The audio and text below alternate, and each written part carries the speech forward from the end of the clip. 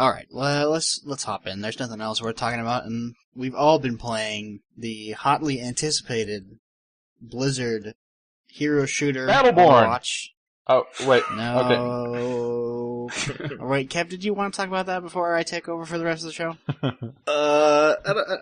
It deserves some mention. You are, I think, the only one in this group that has actually played both post launch now.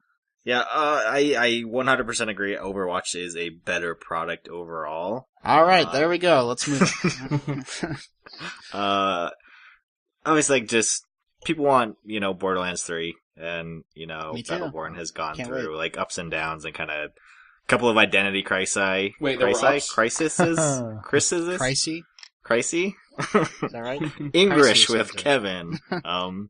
So yeah, it's gone through, obviously a few changes and like just like the image that they put out there, like, oh, it's like a MOBA, or like when it first launched, it was like it kind of looked a lot like Destiny. It was like the last planet or the last star, you have to save it, you're fighting all these creatures, and it looked a lot like Destiny. Then they were like, oh no, it's like a MOBA, and people were like, what? And then they're like, oh no, it's a hero shooter, and then like, oh, it actually has a story. And then when people were like, what's a hero shooter? And then Overwatch and other games were like, we have no idea, but we are too. And the marketing got really confusing at some point, and everyone thought Overwatch and Battleborn were the same game, and it was really fucked up, and then one of them wasn't very good. Well, it's not bad. It's like, it's a good game. It's not great. It sucks that the episode got lost because like me and John talked about it quite a bit. Because I probably put 40 hours into the game so far, and I'm really enjoying my time with it for sure. One of the missteps is that I don't think the beta or the alpha did it a lot of good, just because there's a lot more as far as like mechanics and progression and systems in the game that do take more than just like a beta to kind of understand, which is obviously not exactly their fault, but kind of their fault for like how the alpha and the beta were represented, because there are a lot of cool and good kind of approaches with like mastering the different characters, the unlocks. Because that is like one of the things I wish Overwatch had a little bit more of. Yes, they have amazing skins. Like, I want to unlock all of them. They have some phenomenal skins and taunts and all that stuff.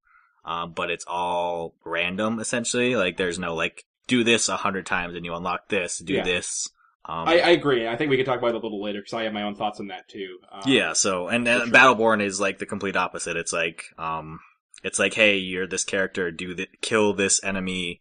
Because right now I'm playing as Whiskey Foxtrot, and he's kind of like a failed Marine clone, and one of his like mastery quests is essentially to kill Oscar Mike, which is like the guy he was cloned after 25 times in multiplayer. So there's something that I'm always working towards in Battleborn. Not that, Overwatch is still a blast. I prefer kind of like the faster action of Overwatch, but I do wish like Overwatch had a little bit more, something else like kind of pushing me, because not that it will get stale, but when there's not kind of a hook that I'm always pushing towards, it's like there's kind of like a push and pull of that. But I'm still really enjoying Battleborn. They have I think they have like 4 or 5 DLC characters planned. It's an insane roster. Mastering all the characters is going to take a long time. I'm not sure that I'm going to. It's a MOBA, right? Like, that's kind of the thing about that game. Like, what I played of it, it's MOBA light. It's, and that's the thing, like, I feel wrong comparing it to Overwatch. Like, I feel like the only good justification for doing that is because we know that the audience, like, the general gaming audience is kind of confused about what these games are.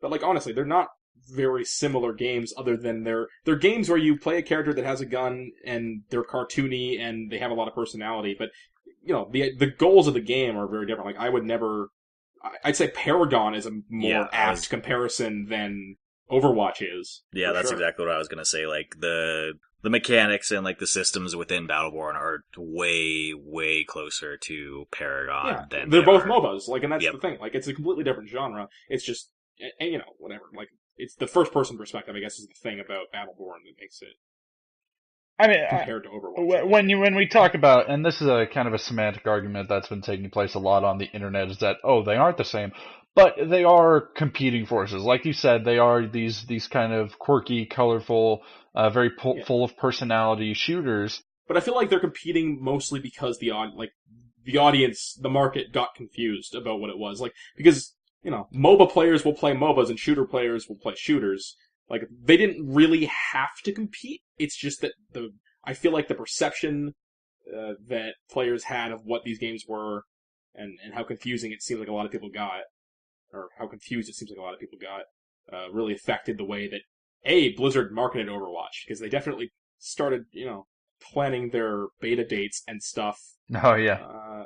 A little bit to sabotage Battleborn from the looks of it, which just seemed kind of crazy, seemed kind of like a wild thing to do from the outside looking in, because it was like, I don't feel like these games are competing, because I know that I would never, from the start, I was never going to have any interest in Battleborn, because I'm kind of done with MOBAs, although I guess Paragon kind of managed to loop me back in for a bit, but I've taken a break from playing that for the last month or so. Yeah, I don't know, to me it seems, I feel like the competition is mostly imaginary, or at least it was at some point, and then because everyone thought it was, it forced Blizzard and Gearbox to kind of be at each other's throats a little. Yeah, I mean, it's obviously they're quite a bit different, but at the same time, it is interesting to see because Battleborn had double XP weekend going up through launch of Overwatch, which was kind of funny, and their first, if you had the season pass, the first DLC character launched today as well. Obviously, Overwatch, they had that weird day. I didn't even know about the double XP thing. That's awesome. Yeah, they were running that, and there were a bunch of ads all over Twitter. So not to mention, Battleborn's been on sale for $20 less. Which is, although I have feelings that there's a few reasons for that, probably. Yeah. I wonder what the sales are like. Not to speak to sales, but I did recently see a statistic floating around out there that in the last couple of days there's been an average of more people on Steam playing Borderlands 2 than Battleborn, which is that's again not the same type of game, but that's kind of crazy. Yeah, that kind of is. Because Borderlands 2 has been out since... Yeah, 4 years. Okay, yeah, so that's fucking terrible, I guess, on some level, because they seem like they poured a lot of money into marketing and stuff for Battleborn. Yeah, and they totally did. I mean, they had the posters up at GameStop, and they were giving away the free little figurines with purchase, and they were trying to really go all out, but I don't know if the market is very receptive to that game right now.